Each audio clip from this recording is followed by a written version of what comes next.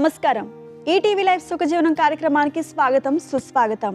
శృంగారంలో పాల్గొనేటప్పుడు భార్యాభర్తలు ఇద్దరూ కూడా ఈ లోకాన్ని మర్చిపోయి తీయని అనుభూతిలో తేలియాడుతుంటారు. ఆ సమయంలో కొంతమంది మగవాళ్ళలో మాత్రం సెక్స్ బలహీనతలు అనేవి చోటు చేసుకుంటాయి. ముఖ్యంగా శీఘ్రస్ఖలనం జరిగిపోవడం లేదా అసలు వీర్యం పడకపోవడం వంటివి ఎక్కువగా జరుగుతుంటాయి. అంతేకాదు, రతిలో ఎక్కువసేపు పాల్గొనాలని వాళ్ళు ఎన్నో రకరకాల ప్రయత్నాలు కూడా చేస్తుంటారు.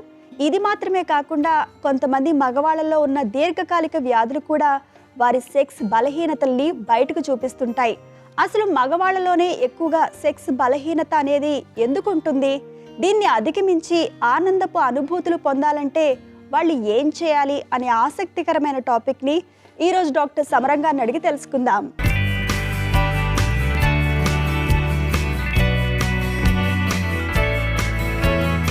డాక్టర్ గారు, మగవాళ్ళలో సెక్స్ బలహీనతలకి ముఖ్యమైన కారణం ఏంటి? మగవాళ్ళల్లో సెక్స్ బలహీనత ప్రధాన కారణం ఏంటంటే మామూలుగా శారీరక జబ్బులు తీసుకున్నట్టయితే డయాబెటీస్ అండి, షుగర్ ప్రధానమైన కారణం. షుగర్ తర్వాత కొలెస్ట్రాల్ కారణం, తర్వాత బీపీ, అంటే అనారోగ్య పరిస్థితులు తీసుకున్నట్లయితే. ఇది కాకుండా వాళ్ళకి ఈ సైకలాజికల్ స్ట్రెస్ ఫ్యాక్టర్, స్ట్రెస్ ఈ రోజుల్లో చాలామందిలో స్ట్రెస్ చూస్తున్నాం. అలా చేసే పనిలో వాళ్ళ ఒత్తిడి, మానసిక ఒత్తిడి. ఆ మానసిక ఒత్తిడి ప్రధాన కారణం అంటే ఒకటి వర్క్ లోడ్ ఉందనుకోండి.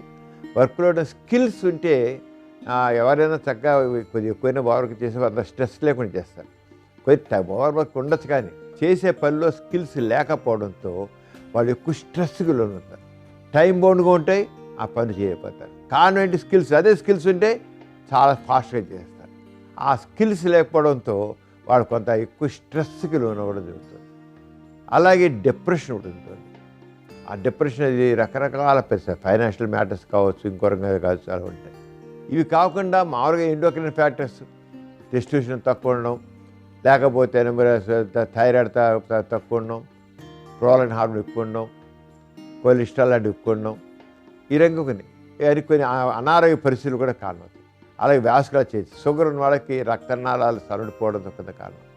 అలాగే నరాలకు సంబంధించిన బాధలు, నరాల బాధల కంటే ముఖ్యంగా సైకలాజికల్ కండిషన్స్ ఎక్కువ ఉంటాయి. వాళ్ళకి తగినంత వాళ్ళకి మానసికంగా వాళ్ళు ఇన్నాళ్ళు కాలేకపోతారు. అక్కడే స్ట్రెస్సే కారణం. అంచేత ఈ మగవాళ్ళలో ఉన్న ఇవన్నీ దృష్టిలో పెట్టుకుని చూడాలి. అంటే శారీరక అనారోగ్యం ఉందా, స్ట్రెస్ ఉందా అనేది మాత్రం ముందు తప్పకుండా చూడాలి. ఆ శారీరక అనారోగ్యం షుగర్ లాంటి ఉంటే దాన్ని కంట్రోల్ చేయడం, అలాగే స్ట్రెస్ ఫ్యాక్టర్ ఉంటే రిలాక్స్ మనసుని ఎలా ప్రశాంతం ఉంచుకోవాలో చేయాలి. చేస్తే చాలా వరకు ఓవర్కమ్ అవుతారు. డాక్టర్ గారు, రతిలో ఎక్కువగా పాల్గొంటే సెక్స్ బలహీనత ఏర్పడుతుందంటారా? రతిలో అతి అనేది లేదండి. ఓపుకుంటే ఎన్నిసార్లు పాల్గొవచ్చండి. రతిలో ఎక్కువసార్లు పడితే బలహీనత రాదండి, 80% రాదు, 80% రాదు. ఎందుకని రాదు అంటే రతిలో పాల్గొన్న ప్రతిసారి ఫీల్ గుడ్ హార్మోన్స్ రిలీజ్ అవుతాయి. ఫీల్ గుడ్ హార్మోన్స్లో డోపమైన్ రిలీజ్ అవుతుంది, ఆక్సిజన్ రిలీజ్ అవుతుంది. ఈ 3 ఎలివేటర్స్ మనిషికి మంచి ఎనర్జీ ఇస్తాయి. సెక్స్లో పాల్గొన్న వాళ్ళకి ఎనర్జీ ఎక్కువ వస్తుంది. మనసు పడి వాళ్ళకి ఎక్కువసార్లు పాల్గొంటే దానివల్ల ఈ 3 చక్క హాయిగా నిద్రపడుతుంది, చక్క నిద్ర హాయిగా ఉంటారు. అంచేత ఏ రకంగా వీక్నెస్ రతిలో అతి అనేది లేదు. మనసు పడి ఎక్కువసార్లు చేస్తే చేయొచ్చు, వాళ్ళ ఓపిక, వాళ్ళ ఇంట్రెస్ట్, అంతే తప్ప ఇంకొని కాదు. డాక్టర్ గారు, శీఘ్రస్ఖలనం అనేది నరాల జబ్బా? ఏమాత్రం కాదు. శీఘ్రస్ఖలనం నరాల జబ్బు కానే కాదు. ఇది ఒక సైకలాజికల్ యాంగ్జైటీ డిజార్డర్ అంటాం. మనసులో తెలియని ఒక రకమైన ఆందోళన, కంగారు, గాభరా ఉంటే దానిలో శీఘ్రస్ఖలనం. దాంట్లో స్ట్రెస్ ఫ్యాక్టర్ కూడా కలిసి ఉంటుంది. ఎవరికైతే యాంగ్జైటీ ఉంటుందో, తెలియని భయం ఉంటుందో, కంగారు ఉంటుందో, ఆందోళన ఉంటుందో, ఆటోమేటిక్గా స్ట్రెస్ డెవలప్ అవుతుంది. స్ట్రెస్ ఉండడం వల్ల వాళ్ళు త్వరగా వీర్యం పడిపోతుంది. మనసుని ప్రశాంతంగా ఉంచుకొని రిలాక్స్డ్గా ఉంచుకున్నట్లయితే శీఘ్రస్ఖలనం సమస్య చాలా వరకు కంట్రోల్ అవుతుంది. శీఘ్రస్ఖలనం సమస్య ఏమాత్రం నరాల జబ్బు కాదు. చాలా నరాల బాధిత అండి, నరాల బాధిత అంటారు. నరాల కాదు, అది మానసిక బలహీనత. ఆ మనసుని సరిగ్గా సర్దిద్దుకుంటే శీఘ్రస్ఖలనం సమస్య డాపాక్సిన్ లాంటి బెల్ట్ వాడితే చాలా వరకు తగ్గిపోతుంది. అలాగే యాంటీ డిప్రెషన్ లాంటి పెడితే చాలా వరకు తగ్గిపోతుంది శీఘ్రస్ఖలనం సమస్య. ఇదేం నరాల బలహీనత కానే కాదు, కేవలం సైకలాజికల్ సమస్య. డాక్టర్ గారు, షుగర్ ఉన్న వాళ్ళలో సెక్స్ బలహీనత ఎందుకని ఉంటుంది? షుగర్ ఉన్న వాళ్ళకి సెక్స్ బలహీనత మీద చెప్పుకుని చాలాసార్లు చెప్పుకున్నాం. ఎండోథీలియల్ డిస్ఫంక్షన్ అంటాం. షుగర్ ఉన్న వాళ్ళకి రక్తనాళాల్లో ఆ లోపల ఒక పొరలు ఉంటాయి. మామూలుగా ఎండోథీలియం అనేది ఒకటే ఒక పొర ఉంటుంది, రక్తనాళాల్లో ఒకటే పొర ఉంటుంది. అలాంటిది షుగర్ ఉన్న వాళ్ళకి ఒకటికి 10 ఉంటాయి. 10 ఉండే కదా, అది ఏమవుతుంది, రక్తనాళాలు సన్నబడట్లేదు, నేరో అయిపోతుంది, లోపల ల్యూమెన్ నేరో అయిపోతుంది. డయాబెటిక్ ఎండోథీలియల్ డిస్ఫంక్షన్ అంటాం దాన్ని. రక్తపోషణ సరిగా వెళ్ళదు. ఎప్పుడైతే రక్తపోషణ సరిగా ఉండదో పురుషాంగం తగిన రక్తం వెళ్ళదు. మామూలుగా సెక్స్ పరమైన స్టిమ్యులేషన్ వచ్చినా, కోరిక కలిగినా మామూలుగా పురుషాంగంలో రక్తం వెళ్ళిన దానికంటే 8 రెట్లు వెళ్ళాలి. రక్తం తీసుకెళ్ళి రక్తనాళాలు సన్నడిపోతే ఎక్కడ వెళుతుంది? 8 రెట్లు వెళ్ళదు. దానికి కారణం ఏంటి? షుగర్ వల్ల డయాబెటిక్ ఎండోథీలియల్ డిస్ఫంక్షన్ వచ్చి రక్తనాళాలు సన్నడిపోవడం వల్ల అది జరుగుతుంది. అంటే షుగర్ ఉన్న వాళ్ళు మొదటి నుంచి జాగ్రత్త పడాలి, లేకపోతే ఇది ఇబ్బంది పడుతుంది. డాక్టర్ గారు, ఎంతసేపు సెక్స్ చేసినా వీర్యం పడకపోవడం ఎందుకని జరుగుతుంది? ఈ వీర్యం పడపడిన ఇజాక్యులేషన్ సంబంధించిన ప్రాబ్లంగా ఇజాక్యులేషన్ ప్రాబ్లమ్స్. ఇప్పుడు సెక్స్ విషయంలో మనకి 4 స్టెప్స్ ఉన్నాయి. ఒకటి డిజైర్, ఎక్సైట్మెంట్, ప్లాటోఫేజ్, ఆర్గజం అంటారు. ఈ ఆర్గజంలో వీర్యం పడుతుంది. ఎక్కడ ఏ లెవెల్లో మీకు డిఫెక్ట్ ఉన్నా సరే సరిగ్గా అంగం సరిగ్గా స్తంభించదు. ఇక ఇజాక్యులేషన్ ఏంటి అవుతుందంటే, వీళ్ళు ఎక్సైట్మెంట్ ఫేజ్ బాగానే ఉంటుంది, ఉద్యోగం చేస్తారు, బాగానే ఉంటుంది, పెరుగుతుంది. కానీ చివరికి వచ్చేటికల్లా ఆ వీర్యం పడ క్లైమాక్స్కి చేయడం మాత్రం ఉండదు. ఒక లెవెల్ ప్లాటో లెవెల్, ఒక లెవెల్ అయిపోతుంది.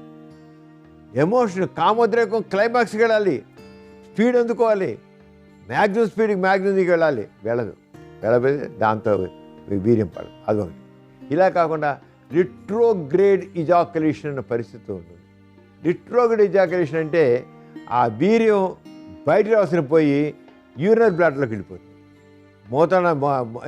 యూరినరీ బ్లాడర్ కింద ఈ శుక్రకోశాల నుంచి వచ్చి చేరేది ఉంటాయి. పైన ఒక స్పెంటర్, కింద స్పెంటర్ ఉంటుంది.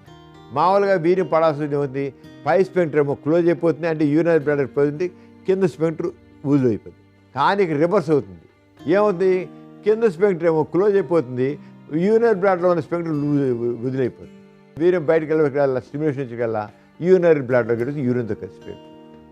ఇది ఎక్కువగా షుగర్ ఉన్న వాళ్ళ జరుగుతుంది.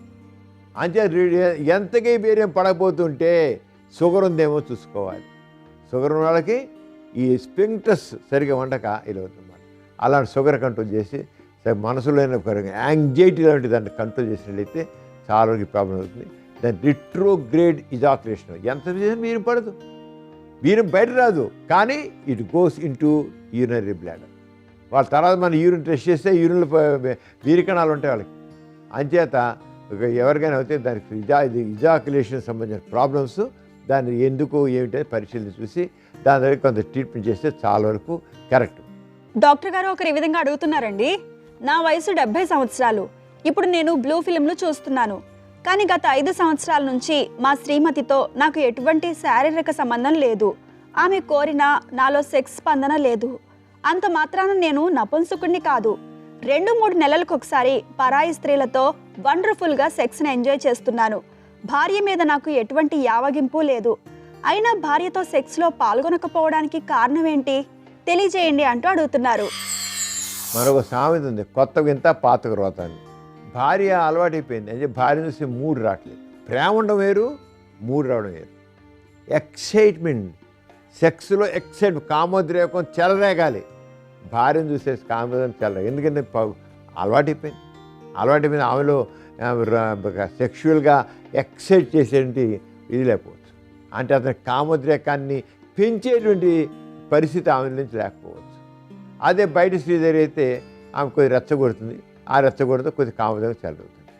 అంచేత మోజు బయట వాళ్ళ మీద అక్కడ దొరుకుతాను, భార్య లేదు. ఎందుకంటే అయితే మోజు తీరిపోయారు. మోజు కావాలి, ముందు వ్యామోహం కావాలి, మోజు కావాలి. ఆ మోజు వ్యామోహం లేకపోతే సెక్స్ ఉండదు. ఎక్కడ నుంచి అది యంగ్ పీపుల్ అవ్వచ్చు, ఓల్డ్ పీపుల్ కావచ్చు. ఈ విషయం అంతే. అసలే ఓల్డ్ ఏజ్ వచ్చిన తర్వాత ఓల్డ్ ఏజ్లో సెక్షువల్గా ఉండేటి కోరికలు తక్కువ ఉంటాయి, తర్వాత స్టిమ్యులేషన్ తక్కువ ఉంటుంది. షుగరు, బీపీ లాంటివి ఉన్నట్లయితే అవి కొంత దెబ్బ కొడతాయి. థైరాయిడ్ లోపం ఉంటే అది కూడా దెబ్బ కొడుతుంది. దాంతో కాస్త స్ట్రెస్ ఉంటే స్ట్రెస్ వల్ల డిప్రెషన్ వల్ల కొంత అవుతుంది. అలాగే టెస్టోస్టెరాన్ హార్మోన్ తగ్గిపోవడం వల్ల కొంత అలా ఉంటుంది. జీవితంలో మొనాటినీ వల్ల అలా ఉంటుంది. రిలేషన్షిప్ ప్రాబ్లమ్స్ అవి సరిగా లేకపోతే అలా ఉంటుంది. అండ్ ఇందువల్ల భార్య దగ్గర అంతే కానుకే కాదు. అంచేత ఓల్డ్ ఏజ్లో కూడా శృంగారాన్ని అనుభవించాలంటే మనసుని యంగ్గా ఉంచుకోవాలి. రొమాంటిక్ టచ్ ఇవ్వాలి. వాళ్ళ మాటల్లో, వాళ్ళ యాక్షన్లో, వాళ్ళ ఆలోచనలో. ఆయన పూర్వవి చూస్తారని ఉన్నాయి, శృంగారమైన ఆలోచనలు ఉన్నాయి. కానీ భార్య దగ్గర చేయలేకపోవడం కారణం అంటే ఆ మోజు లేదు భార్య మీద. ఆ మోజు ఉంటే అది వస్తుంది.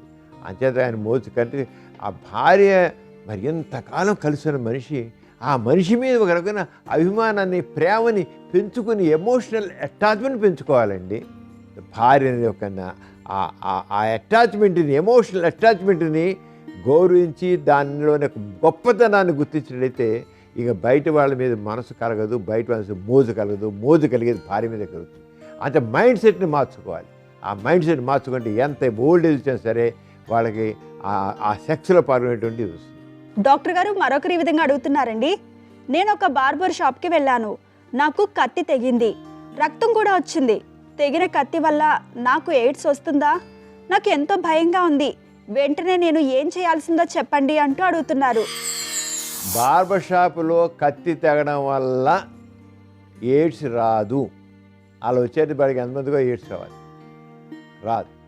ఎందుకంటే ఒకసారి బార్బర్ ఎవరైనా షేవ్ చేస్తున్నానో ఇంకోటి చేస్తున్నానో రేజర్ అయితే తెగింది అనుకున్నాం, రక్తం అంటింది అనుకున్నాం.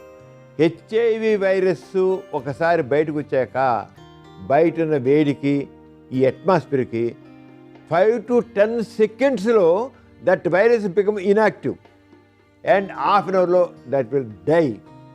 హాఫ్ అన్ అవర్లో చచ్చిపోతుంది బయట. కానీ 5 to 10 సెకండ్స్లో ఇన్యాక్టివ్ అయిపోతుంది. దాని ఇంకోళ్ళకి ఇన్ఫెక్షన్ కలిగించే శక్తి ఉండదు. ఇన్ఫెక్టివిటీ అంటాం. ఆ ఇన్ఫెక్టివిటీ కలిగించి ఉండదు. అంచేత అంతకుముందు ఎవరికి ఆయన షేవ్ చేసినా ఇంకోటి ఏమైనా తెగితే ఆ తెగినప్పుడు ఒకవేళ ఆ వైరస్ దీనికి అంటుకుంటే ఇతను మళ్ళీ చేసిన నిమిషాలు 5 సెకండ్లు 10 సెకండ్లు ఎవడు ఆ తీసి మార్చరు కదా. ఈ లోపల అది డెడ్ ఇన్యాక్టివ్, పనికి రాకుండా పోతుంది, నిస్సత్తుగా మారిపోతుంది.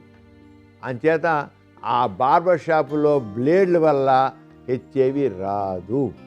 ఏమైనా వస్తే హెపటైటిస్ బి లాంటి రావాలి, హెపటైటిస్ సి లాంటి రావాలి. హెపటైటిస్ బి, హెచ్ఐవి మాత్రం రాదు. హెచ్ఐవి వైరస్ చాలా సెన్సిటివ్ అండి, ఇట్టయిపోతుంది. అంచేత హెచ్ఐవి వస్తుందని భయపడాల్సిన అవసరం లేదు. అంతగానే భయం ఉంటే 10 రోజులు అయినట్లయితే హెచ్ఐవి ఆర్ఎన్ఏ PCR టెస్ట్ చేయించుకొని తెలుస్తుంది. అది ఒక 3 నెలలు అయితే వెస్ట్రన్ బ్లాట్ టెస్ట్ చేయించుకోనండి. చేయించుకుంటే దానిపై తెలిసిపోతుంది. డాక్టర్ గారు మరొకరు ఈ విధంగా అడుగుతున్నారండి. మాది ఒక వింత సమస్య. నేను సెక్స్లో పాల్గొన్నప్పుడు మా ఆవిడ ఫుల్గా ఎంజాయ్ చేస్తుంది, మళ్ళీ మళ్ళీ కావాలని అంటుంది. కానీ విచిత్రం ఏంటంటే మరునాడు బాగా వేడి చేసిందని చెబుతుంది. మూత్రానికి వెళ్తే మంట అనిపిస్తుందట. 2-3 సార్లు చేస్తే సెక్స్ ఎక్కువ సార్లు అయ్యి వేడి చేస్తుందనే భావంతో ఎంత కోరిక ఉన్నప్పటికీ ఒక్కసారితోనే తృప్తి చెందుతున్నాము. అయినప్పటికీ మా ఆవిడికి మరుసటి రోజు వేడి చేస్తోంది. ఈ వేడి చేయడం ఎందువల్లో అంతు పట్టడం లేదు. అప్పటికి చలవ చేయడానికి మజ్జిగ కూడా తాగుతుంది. కానీ సెక్స్లో పాల్గొంటే వేడి చేయడం సమస్య తొలగడం లేదు. ఈ సమస్యకు పరిష్కారం తెలియజేయండి అంటూ అడుగుతున్నారు. వేడి అనేది లేనే లేదండి, ఫస్ట్ తెలుసుకోవాలి. ఇన్ఫ్లమేషన్ అండ్ ఇన్ఫెక్షన్ అంతే, వేడి అనేది లేదు. అయితే 1-2 సార్లు చేసినట్లయితే ఆవిడకి యోనిలో మంట వస్తుంది, మూత్రంలో మంట వస్తుంది అని అంటే అర్థం ఏంటంటే ఆ యోని మార్గంలో జరిగిన ఫ్రిక్షన్కి అసలు యోని మార్గం పైనే యురిత్రా ఉంటుంది. ఈ సెక్స్ చేస్తుంటే ఆ యురిత్రాకి ఫ్రిక్షన్ కలిగి ఇన్ఫ్లమేషన్ అంటాం. ఇన్ఫెక్షన్ కాదు, ఇన్ఫ్లమేషన్, బొరిపిడి. ఇప్పుడు మనం బాగా రుద్దామనుకోండి, ఇక్కడే క్రిములు ఏం చేరవు, కానీ మంట పుడుతుంది. బాగా రుద్ది పెడుతుంది, మంట పుడుతుంది. ఆరంగానే సెక్స్లో పాల్గొంటే ఎక్కువసేపు పాల్గొన్నప్పుడు ఆ యురిత్రా మూత్రం వచ్చే నాళం రుద్దుకుపోయి తర్వాత మంట పుట్టడం, ఒంటేలకి మంట అనిపించడం, ఇరిటేషన్, ఇన్ఫ్లమేషన్, అది ఒరిపిడి కలుగుతుంది అన్నమాట. అంటే యోని మార్గంలో ఉన్న గోడకి ఈ యురిత పైనే ఉంటుంది, దగ్గరుండి ఈజీగా ఒరిపిడి కలుగుతుంది. దానిలో ఫ్రిక్షన్కి నొప్పి వస్తుంది. ఆ ఫ్రిక్షన్ కంటే అంత ఉండకుండా ఉండాలంటే అంతమంది ఏమంటే కొద్దిగా లూబ్రికెంట్స్ రాసుకుంటే, లూబ్రికెంట్ రాసుకుని సెక్స్ చేస్తే అంత రాకపోవచ్చు, ఉండదు. లూబ్రికెంట్ కానీ జెల్లీస్ ఉన్నాయి, చాలా రకరకాల జెల్లీస్ ఉన్నాయి. ఆ జెల్లీస్ రాసుకుని సెక్స్లో పాల్గొంటే రాకుండా ఉండడానికి అవకాశం ఉంది. అంచేత దీని గురించి భయపడాల్సిన అవసరం లేదు. అది జబ్బు కాదు, ఏ రకం వ్యాధి కాదు, ఏమి కాదు. Only due to rubbing, friction దానివల్ల వస్తుంది. అంటే భయపడకుండా మామూలు సెక్స్ ఎంజాయ్ చేయొచ్చు, జబ్బు మాత్రం కాదు. అయినా ఒకసారి యూరిన్ కల్చర్ టెస్ట్ చేయించుకోవాలంటే తెలుస్తుంది. యూరిన్ కల్చర్ చేసి ఏమైనా క్రానిక్ ఇన్ఫెక్షన్ ఉంటే తెలిసిపోతుంది, దానిగా చేయొచ్చు. డాక్టర్ గారు మరొకరు ఈ విధంగా అడుగుతున్నారండి. నాకు అంగం చాలా చిన్నదిగా ఉంటుంది, కానీ అంగస్తంభాలు బాగానే ఉంటాయి. నాకు అంగం చిన్నది కనుక నేను చిన్న అమ్మాయిని పొట్టమ్మాయిని పెళ్లి చేసుకోవాలా, తెలియజేయండి అంటూ అడుగుతున్నారు. అంగం చిన్నదిగా ఉన్న కనుక పొట్టమ్మాయిని చేసుకొని లేదండి. అంగం చూడడానికి చిన్నదిగా ఉన్నా, 2 అంగుళాలు ఉన్నట్టున్నా, సెక్స్ పరమ కోరిక కలిగినప్పుడు గట్టిపడ్డప్పుడు 2 అంగుళాలు పురుషాంగం దాదాపు 5 అంగుళాలు అయితే 6 అంగుళాలు అవుతుంది. 4 అంగుళాలు ఉందనుకున్నాం, 4 అంగుళాలు కూడా 5 అంగుళాలు 6 అంగుళాలు ఎక్కువ అవుతుంది. కొంతమంది ఏమనుకుంటే 2 అంగుళాలు ఉంది కనుక 4 అంగుళాలు అవుతుంది, 4 అంగుళాలు ఉంది కనుక 8 అంగుళాలు 10 అంగుళాలు అవుతుంది. ఏమీ అవుతుంది, సాగవలసిన ఆల్రెడీ సాగిపోయింది. 2 ఇంచెస్ ఉన్నట్లేమో ఇలాస్టిక్ మజిల్స్ యొక్క కెపాసిటీ బాగుంటుంది, అది కుదించిపోయి ఉంటుంది, అవసరం బాగా సాగుతుంది. 4 ఇంచెస్ ఉన్నప్పుడు ఆ ఇలాస్టిక్ మజిల్స్ యొక్క ఆల్రెడీ సాగిపోయి ఉన్నాయి. అంచేత 2 ఇంచెస్ ఉన్న పురుషాంగం ఎంత సాగుతుందో అంగం సమయంలో 4 ఇంచెస్ ఉన్నది కూడా అంతే సాగుతుంది. దాదాపు ఒక అర ఇంచి, ఒక అరంగుళం లేదా అంగుళం ఎక్స్ట్రా అవుతుంది. అంచేత మామూలుగా చూసేస్తే పురుషాంగం సైజు బట్టి చిన్నది అనుకుంటాం. అంచేత దీనికి 2 ఇంచెస్ ఉన్నా అది తగ్గిపోతుంది. అంచేత పురుషాంగం చిన్నదిగా ఉన్న కనుక చిన్నమ్మాయిని చేసుకోవాలి, పుట్టమ్మాయిని చేసుకోవాలి అనుకోండి, తప్పు. అదేం కాదు. ఆయనకి ఎవరు నచ్చితే వాళ్ళతో వాళ్ళు పెళ్లి చేసుకోవచ్చు. డాక్టర్ గారు మరొకరు ఈ విధంగా అడుగుతున్నారండి. నాకు పెళ్ళై 7 సంవత్సరాలు అయింది. నా సెక్సువల్ లైఫ్ చాలా సంతోషంగా ఉంటుంది, కానీ వారం రోజుల నుంచి సెక్స్లో పాల్గొంటే పురుషాంగం మంట పుడుతుంది, పురుషాంగం పూర్వచర్మం చుట్లుతుంది, నోటి పెదవులు పగిలితే మంట పుట్టినట్లు పురుషాంగం పూర్వచర్మం పగిలి బాధగా ఉంటుంది. కోల్డ్ క్రీమ్ రాశాను, కానీ ఫలితం కనబడలేదు. ఇదే కోల్డ్ క్రీమ్ చలికాలంలో పెదవులు పగిలినప్పుడు చక్కని ఫలితం కనబడుతుంది. మరి ఎందుకని పురుషాంగం దగ్గర ఫలితం కనబడలేదు? కోల్డ్ క్రీమ్ కాకుండా పురుషాంగానికి రాసే క్రీమ్ వేరుగా ఉంటుందా? అదేంటో తెలియజేయండి అంటూ అడుగుతున్నారు. ఈయనకి బహుశా షుగర్ ఉంటుందండి. ఎవరికైనా ఇలాంటి పరిస్థితి ఉంటే ఫస్ట్ టెస్ట్ చేసింది షుగర్, బ్లడ్ షుగర్ టెస్ట్ చేయించాలి. బ్లడ్ షుగర్ ఉన్న వాళ్ళకే దాదాపు 180 మంది 90 మందికి ఈ రంగ పరిస్థితి ఏర్పడుతుంది. షుగర్ నాట్ డయాబెటిక్ బెలనైటిస్ అంటాం. అలా ఫిషెస్ వస్తాయి, రప్చర్ ఘాట్లు పడతాయి. అంచేత ముందుగా ఆయన టెస్ట్ చేయించుకోవాల్సింది ఏంటంటే షుగర్ పరీక్ష. షుగర్ కంట్రోల్ చేయించుకోవాలి. కంట్రోల్ చేసిన తర్వాత ఇంకా వస్తుంటే శుంఠి చేయించుకోవాలి. ఎందుకంటే అది రప్చర్ అయిపోతుంది మాట. అవన్న ప్రిప్యూస్ పురుషాంగ పౌర్ణం రప్చర్ అయిపోతుంది. అంచేత తప్పకుండా ఆయన ముందు షుగర్ పరీక్ష, ఇంకా వస్తుంటే అది చేయాలి. అదే షుగర్ ఏమీ లేకపోతే మాత్రం అప్పుడు వేరే ఆయింట్మెంట్స్ రాసుకుంటే ఇది చాలా రిలీఫ్ వస్తుంది. ఇంకా వచ్చిన బస్ శుంఠి చేయించుకోవాలి. శుంఠి చేయించుకుంటే చాలా వరకు ఈ ప్రాబ్లం లేకుండా పోతుంది. కానీ ఫస్ట్ ఫైండ్ అవుట్ షుగర్ ఉందా లేదా అనేది. షుగర్ చూసుకుని షుగర్ లేకపోతే సెకండ్ విషయం షుగర్ ఉంటుంది సాధారణంగా, ఆ షుగర్ ట్రీట్మెంట్ చేస్తే చాలా కంట్రోల్ అయిపోతుంది. డాక్టర్ గారు మరొకరి విధంగా అడుగుతున్నారండి. నేను బ్రహ్మచారిని. నన్ను నెల రోజుల క్రితం మా పక్కింటి ఆవిడ సెక్స్కి ప్రేరేపించింది. ఇంతవరకు నాకు సెక్స్ అనుభవం లేదు, సెక్స్ ఆలోచన లేదు. అయినా ఆమె కోరిక మేరకు సెక్స్లో పాల్గొనడానికి ప్రయత్నించాను. విచిత్రం ఏంటంటే నాకు ఎంతటికీ అంగం గట్టిపడలేదు. ఎక్కువ రోజుల పాటు బ్రహ్మచారిగా ఉండిపోతే సెక్స్కి పనికి రాకుండా పోతారా? తెలియజేయండి అంటూ అడుగుతున్నారు. ఎక్కువ కాలం బ్రహ్మచారి ఉంటే సెక్స్ పని రాకుండా పోవడం కాదు, ఆయనకి సెక్స్ సంబంధించిన ఆలోచన లేకపోవడం. కానైతే తెలియనటి ఒక anxiety, this called performance anxiety అంటారు. పెర్ఫార్మెన్స్ అంటే ఏదైనా పని చేయాలన్నప్పుడు తెలియని భయం, కంగారు వస్తుంది. తెలియకుండా ఆయన బ్రహ్మచారిని కదా, ఇప్పుడు నేను ఇతో చేయగలనా చేయలేనా, నాకు కుదురుతా కుదరదా, ఇంతవరకు నేను సెక్స్లో పాల్గొననే లేదు, ఇప్పుడు నేను చేయకపోతే ఆవిడ అంత ప్రోత్సహిస్తే నేను చేయకపోతే నన్ను ఏ రంగా లెక్కట్టేస్తుంది అని తిరిగి సబ్కాన్షియస్గా ఒక ఫీరు అవస్థ. ఆ పీరు వచ్చేకల్లా ఒక పీరు కానివ్వండి, కంగారు కానివ్వండి, గాబరా కానివ్వండి, ఆందోళన కానీ ఒక ఒక మానసికమైన పరిస్థితి. దీన్ని ఏమంటారు? పెర్ఫార్మెన్స్ యాంగ్జైటీ అంటారు. ఇది చాలా కామన్. ఫెయిల్యూర్కి అదే కారణం, యాంగ్జైటీ డిజార్డర్. అంతేగా ఇంకేం కాదు. సైకాలజీ ట్రీట్మెంట్ పొందితే భయం పోతే మామూలైపోతారు. డాక్టర్ గారు మరొకరి విధంగా అడుగుతున్నారండి, ఎయిడ్స్ పరీక్షలు నెగిటివ్ అని వచ్చినంత మాత్రాన ఎయిడ్స్ లేదని అనుకోవచ్చా? వాళ్లతో సెక్స్లో సేఫ్గా పాల్గొనవచ్చా? తెలియజేయండి అంటూ అడుగుతున్నారు. ఎయిడ్స్ అనేది నెగిటివ్ వచ్చినదంటే మరి కరెక్ట్గా మీరు వెస్ట్రన్ బ్లడ్ టెస్ట్ అని చేయించడం, ఒక ఆర్ఎన్ఏ పీసీఆర్ టెస్ట్ చేయించుకుని అవన్నీ చేసి దాంట్లో లేవని వస్తే మాత్రం లేనిటే లెక్క. అందరి దగ్గర ఉండాలనుకుంది. కొంతకానికంట నేషనల్ ఎయిడ్స్ కంట్రోల్ డిపార్ట్మెంట్ వాళ్ళు ప్రాస్టిట్యూట్స్లో స్టడీ చేశారు, వాళ్ళలో ఎంత ఉందని. చేస్తే 2.7% ప్రాస్టిట్యూట్స్లోనే హెచ్ఐవి ఉంది, టెక్నాలజీ లేదు. అంటే దాదాపు 98% మందిలో 97-98% మందిలో హెచ్ఐవి లేదు. ఆయన ఎందుకు లేదంటే వాళ్ళు పక్కాగా వాళ్ళు కండోమ్ వాడుతున్నారు. అలాగే ప్రీ ఎక్స్పోజర్ ప్రొఫిలాక్సిస్ అంటే రాకుండా ముందు జాగ్రత్తగానే రెగ్యులర్గా వాళ్ళు కలుస్తున్నారు కనుక వాళ్ళు యాంటీరిట్రోవైరల్ డ్రగ్స్ కోర్స్గా వాడుతున్నారు. అంటే ప్రీ ఎక్స్పోజర్ ప్రొఫిలాక్సిస్ మందులు వాడడం, కండోమ్ స్ట్రిక్ట్గా వాడడం వల్ల వాళ్ళు లేదు. ఓన్లీ 2-3% పీపుల్లోనే హెచ్ఐవి ఉంది, ఇది రెగ్యులర్గా ఉన్నవాళ్ళు. అంచేత అందరి దగ్గర ఉండాలని లేదు, ఉండదు కూడాను. ఈ రోజుల్లో చాలా స్ట్రిక్ట్, అందరూ చాలా జాగ్రత్తగా ఉన్నారు కనుక ఆ రకమైన అవకాశం లేదు. అంతే లేదని అనుకోవాలి. కానీ టెస్టులు స్పష్టమైన పరీక్షలు ఉన్నాయి. ఆ పరీక్షలు చేయించుకుని నెమ్మది కంటే నిర్ధారణ చేసుకోవచ్చు. చూసారు కదండి ఇవాల్టి సుఖజీవనం కార్యక్రమం.